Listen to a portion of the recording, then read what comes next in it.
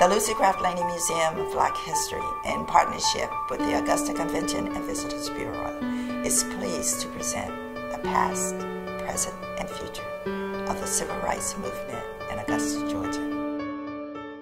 We still have people of other races that are still fighting for racial equality in Augusta, but the biggest fight is coming from organizations like the NAACP, and we have whites that are part of the NAACP, and in some chapters we have whites that are president of the local NAACP.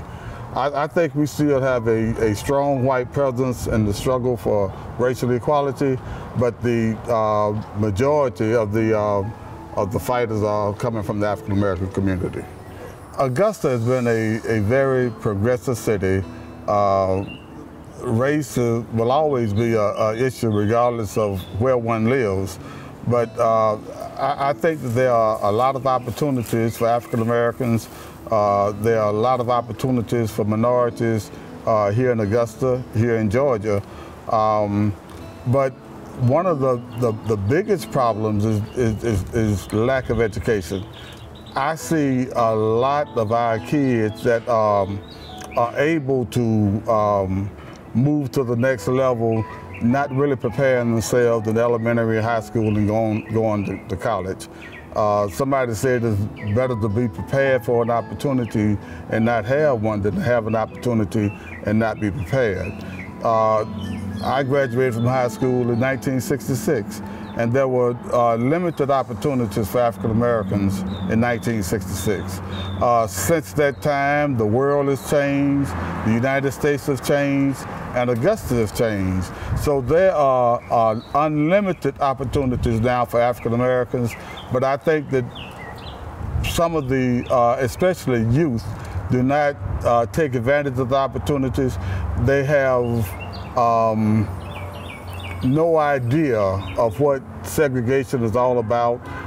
They have no idea what it's like to be beat across the head with a nightstick, go to jail for protesting, to have homes burned down, to have people lynched, and they just don't appreciate the struggle the way a lot of the older African Americans do.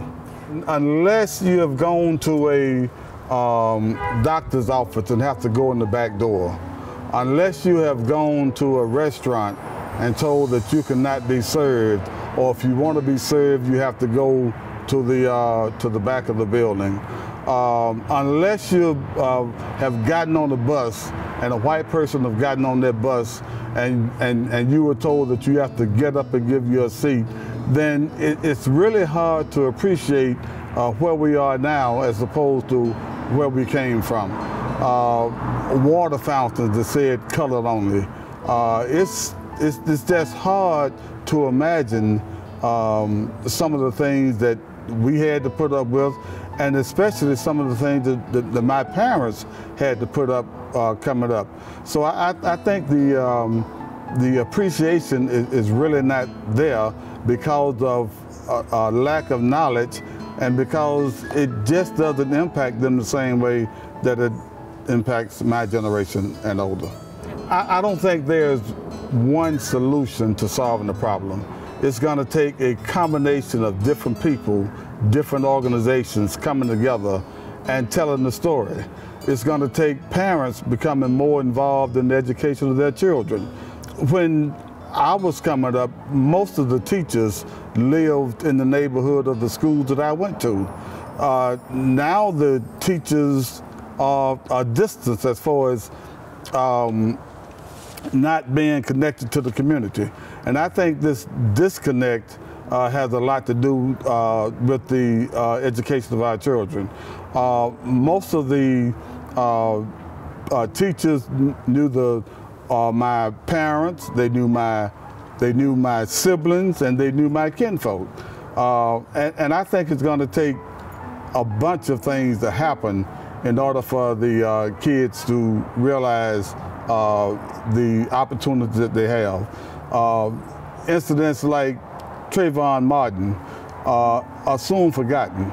And I think that a lot of our kids do not realize that segregation still exists, that they are still a minority, and the only way that they could overcome some of the issues that they have is by getting a good education, by taking full advantage of the opportunities that are out there, by becoming family orientated, spending time with your children, respecting your parents, respecting your teachers, and respecting your elders.